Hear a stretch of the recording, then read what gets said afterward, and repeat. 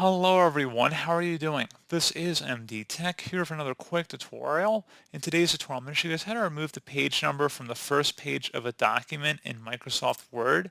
So this should hopefully be a pretty straightforward process here, guys. And without further ado, let's go ahead and jump right into it. So let's say I had page numbers on all of my pages right now. So I just did the bottom of the page. Let me just set that up for example here, and I'm going to just close out of it. And now you see we have a couple of pages on this Word document.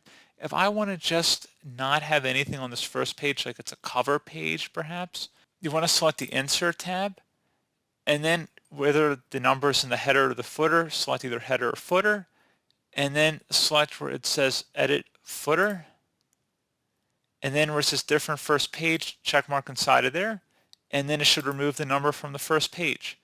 So pretty straightforward process, guys. I do hope I was able to help you out, and I do look forward to catching you all in the next tutorial. Goodbye.